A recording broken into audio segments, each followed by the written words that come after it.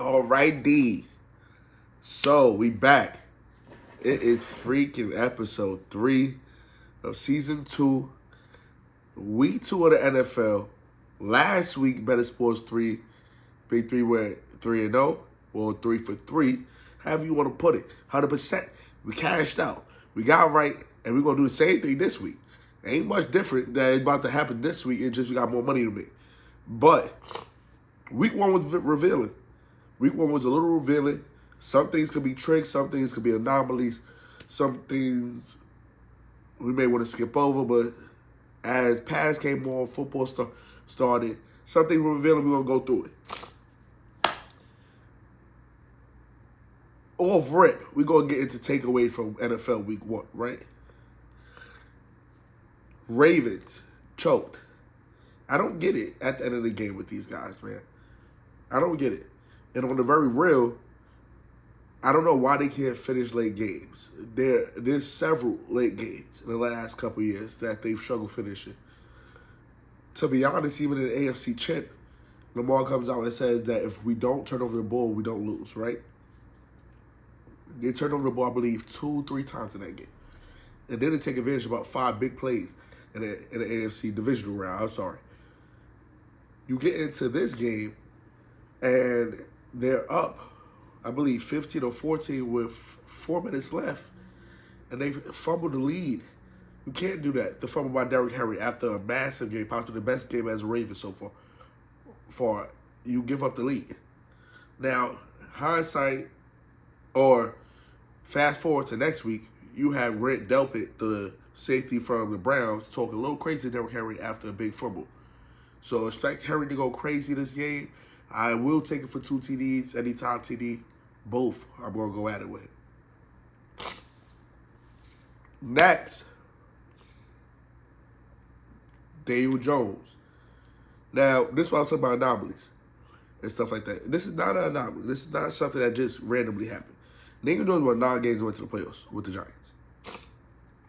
That didn't just happen. They won a playoff game against the Vikings on the road.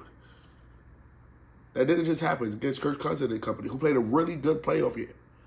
Daniel Jones and them showed up out there in Minnesota and handled business. So we've seen him play good football before. That's what I mean. Now, did he look really good? He did look really good out there. You give him a conservative, you give anybody a good O-line and some weapons, and they can handle business.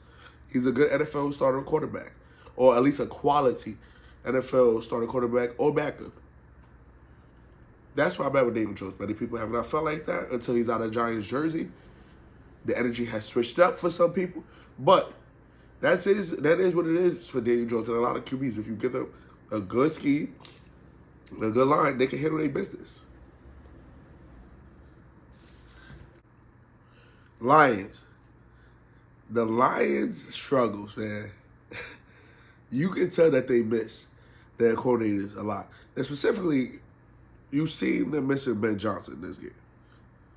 You've seen a few hiccups on defense, but it didn't really get extremely exposed.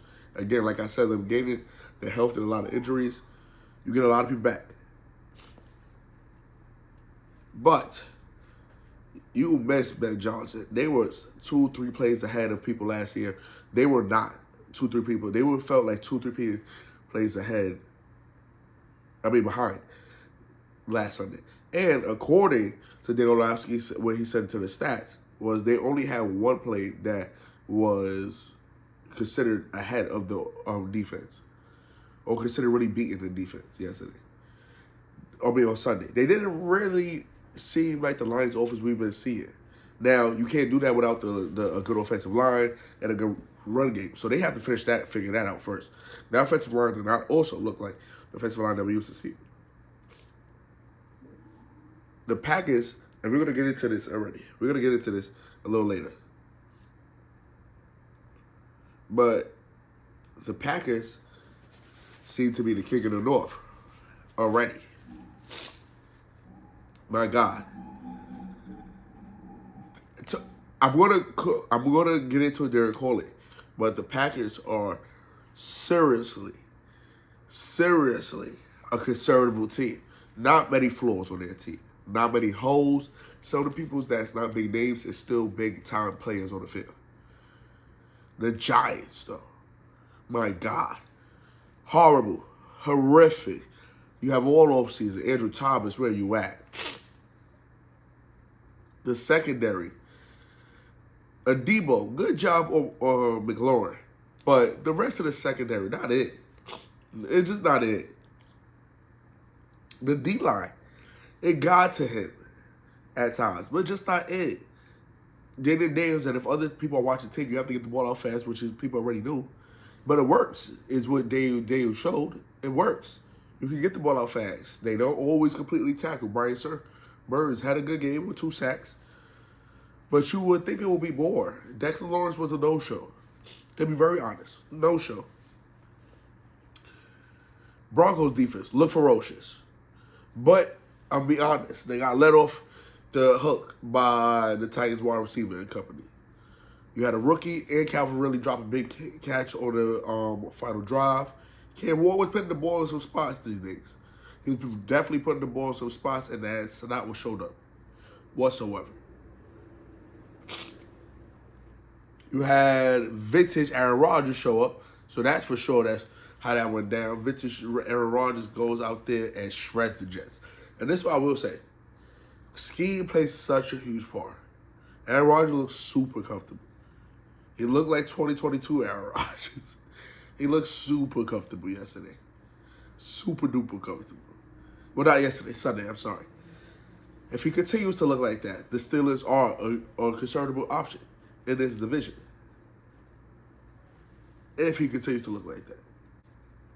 All right, call it. Packers, guys. I said I'm going to call it. Packers is the best team in the NFL. I'm sorry. They're the Eagles of last year. If you think about the Eagles of last year, you looked at their secondary there, CJ, JC, CJ Gardner-Johnson, and you think Pro Bowler and Xavier McKinney, that's what you think about. You think corners. You have these 2 young corners out there that showed up for the Eagles last year. You have Nixon for the Packers this year. You have Nate Hobbs out there, who is an amazing young corner, who's going to make a name for himself. And those are the 2 corners that I'm thinking about. And then the front 7. Not many people knew about Zach Braun last year. Not many people were really paying attention to the linebacking core last year that played such a huge part for the Eagles. Quay Walker is phenomenal. Cooper is underrated and has definitely gonna get a big name for himself with this defense with that front 4. Now, Micah Parsons is the star. That's the Jalen Carter of this defense. Fletcher Cox and company. Micah Parsons is the star. You have Wyatt out there, and on the other side you have Rashawn and Gary, who's not even gonna get that much attention anymore. You have 2 double-digit sack guys on that line at the edge. And the inside with Wyatt and a few of the other guys that they can plug in whenever they feel like, that defense is serious. Now, offense, right? You say offense, you got Saquon and company. Josh Jacobs is not Saquon, but that's a top 5 running back. Some may argue that Jordan Love is a MVP candidate. Dan Orlovsky picked him, a few other people picked him. The wide receiver core, they don't have an A.J. Brown. They may not have a Devontae Smith, but they have a 5-deep wide receiver core, and that's what killed people, that you was able to spread them out with your wide receiver core as well with Philly as well. So you can't really load the box if you wanted to. And if you did, they're going to kill you on the outside. And that's the same thing that's kind of going on here. You got to pick your poison. And that's disgusting. To me, the Packers may be the team to be in the NFL and the Super Bowl champions this year. All right, stop the BS. So this week, right now, I only have 3 people for Stop the BS, right? I only have 3 people because I just wanted to focus on these 3 and really just get into these 3. But I have more. in the back of my mind. We were going to kind of save them for next week. So next week may be 2-week combined Stop the BS. Cause I might just be saving some people. But I really want to get to the Better Sports 3 of the week. And I also have some Canelo Crawford picks for you guys as well. But Stop the BS. We're going to start with the Giants and Russell Wilson. Russell Wilson did not outplay Jackson Dart in the preseason. So him being out here already was a little questionable and already a luxury. People want to talk about the veteran stuff, but we got to stop putting out the quarterback that's not the best quarterback. If that's what you're telling the team, the fans, everybody included into the organization, that this is the best quarterback for our team, then you got to stop it just to save someone else. Yes, I do think that we may rush rookie QBs and young QBs too much. But in this situation, this seems to be a lot closer to the Dak Prescott and Tony Romo situation than not. Jackson Dart should be playing within the next 2 quarters. If Russell Wilson does not get this team going by halftime, you have to switch it up. Jackson Dart is primed to be ready. The offense looked a lot better in his hands. They had multiple opportunities in the red zone last week that Russell Wilson dropped the ball himself. The fumble, which made them hit the field goal. And then he had 2 other red zone opportunities where I believe he threw a pick and one where he just didn't convert. Have to be better. You got to stop the BS. For the Giants and Russell Wilson, you got to stop. Have to be better. Florida Gators not being ranked. So, I don't get why USF is not ranked, right? But they beat already Boise State, who people thought was going to represent the group of 5, and they beat a Florida team who could be in the SEC championship. Now, Florida did bad on themselves, so I'm going to tell Billy Napier that they need to stop the BS by looking ahead. And the offense is a little high schoolish. If you can't call a better offense, the offense is a little high schoolish. You got to find a way to get this offense a little more updated, a little more 2025 version. But more importantly, Florida not being ranked is a little interesting to me. Because what gets them completely out the 25, 12 spots was a street. 11 spots is a street. I don't get how we get there. Now, my main stop the BS this week is the Mets. 7-game losing streak as of today. They can't get it together. The downfall is ridiculous. This reminds me of 2016. This downfall is outrageous. The Mets got to get it together. And going into the playoffs, if you do make the playoffs, you got to stop the BS. The Giants are on your heels. You just played a series versus the Reds as well, where they seem to hand it to you. The Mets seem to not be able to put it together at all. And Soto has put together a pretty well season. A pretty well season that he actually has put together after a slow start. So the Mets need to stop the BS. Hey, that Better Sports 3 of the week now. Better Sports 3 of the week. This is what I've been waiting for. I'm not going to lie, all episode. First pick. Not least, but first pick. We got the Steelers. And the Steelers' first game at home. I don't know why they just a 3. They had favor over Seattle because I think they're a lot better than Seattle. Sam Darnold, I don't think is going to come in here and be able to hold his own. I don't really get what's going on with the Kenneth Murray and Zach Cabernet splitting so much carries. I mean, Kenneth Walker. I think Kenneth Walker is so much better than the way they're using him out there. So that's a little of a default to me as well. Jackson Smith seems to continue to play big and show big throughout week 1. So I do take that into consideration. But with Jalen Ramsey and company at home, as physical as they played a very old school Steelers physical defense. I loved it. That they could be a true playoff team if they continue to play like this. And I think that we're going to just have to take the Steelers money line this game. We're not going to play with the spread. Steelers money line, right, is going to be the first pick. This is how we're going to get up out of there. Next pick, Jaguars and Bengals. Jaguars offense moving, right? Their main focus is their offense, and their main focus is the running game and ground and pound, which we see. They were a physical team. Now, even though the Bengals defense seems to stand up, but the Browns offense is not that talented, right? Let's be for real. The Bengals offense is going to put up points. Jamar Chase did not have an amazing week 1. So you're going to try to pick it up. Barrow struggled immensely week 1, took a crazy hit from Myles Garrett. You're going to figure that they're going to try to pick it up here. And the Jaguar defense gives them the opportunity to do so. With Travis Hunter already a little banged up, he's not going to play defense as much. You figure he start flowing to offense a little bit more. So that also hurts the defense because that hurts their quarterback depth, which is really not what you want to be hurt right now versus this Bengals team. So what we're going to do is go Jaguars and Bengals over the 48.5. The Jaguars will hit the running game and open that play action for Trevor Lawrence. That offense of the Bengals is going to do its own work anyways. The Sharps are backing us, so we're going to go over. That's 2 so far. Remember, Steelers, money line, Jaguars and Bengals over the 48.5. I got another one. Notre Dame money line. Notre Dame at home, to me, is usually a lock.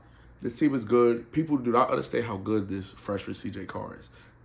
They did not look like completely horrible against Miami. They didn't show up the first half. They definitely didn't. They found their defense is so good. They found themselves staying in that game with this number 5 in the country Miami team. They gave themselves an opportunity at the end of the game to win the game, and they did it. But C.J. Carr is going to put on. Texas A&M defense is solid, but it's not Miami's defense, to be very honest. And to be very honest, them coming away from College Station, they're a completely different team. Their offense is not good. I'm going to just put that out there. Texas A&M offense is not good. So that also gives us the benefit as well of that. We don't have to score a lot of points, and the defense won't give up a lot of points. Definitely not at home. So that's 3. And that's the big 3 of the week. And I'm going to give you an extra little Canelo and Crawford work as well. But let's go through the 3.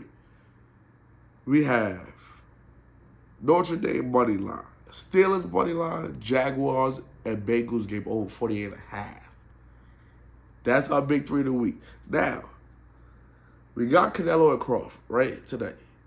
Now, the lock pick and a guaranteed pick, so you can make this a 4-pick parlay right here, is the fight to go the distance. I know it's the fight bonus and all that stuff. But neither of these fighters early are going to put themselves in position to get knocked out. Also, you're dealing with 2 guys who have, 1, a tough chin, and 2, high defensive IQ. Crawford is not silly. He knows what can happen in this fight. The ring is smaller. But these are high IQ boxing fighters with their legacies on the line. They're not going to play with their legacies. Understand, you may see a guy knocked down, but they will get up. Remember, I said this. So that's the main fight. Now, I'm taking Crawford tonight on the plus money as well. I'm taking Crawford on the plus money as well because I do think that we have seen a fighter that can win in multiple ways. I think Canelo can win this fight in one way. Attacking him, chin-checking him. I don't think Crawford's going to win this fight. I don't think Canelo's going to win this fight on the numbers against Crawford. So I do think that he can win this fight by knockout, which is the only way he can win this fight because he's not the better defensive fighter. I think that Crawford is going to take advantage by, let's say, the 8th to 10th round of starting to lead into his chin and the power being taken more. Not many fighters, except for Caleb Plant, and that really was able to lay down their hands on Canelo. The short and ringed, Crawford's IQ is going to get some punches in, and Crawford has heavy hands. They say this is the best that Crawford has seen. We'll see if it's true. But I'm just going to go with the fighter that I believe is in his better prime. The last fight I see from Charlo was not one of the most underwhelming fights I've ever seen again with Canelo. So, to be honest, that's why I'm going to go with Crawford. That's the episode of the week. Let's have another big Bettorsports 3 of the week, including Canelo and Crawford fight. Let's lock back in next week. Let's have a crazy football week. Crazy football week. And let's lock back in next week, y'all.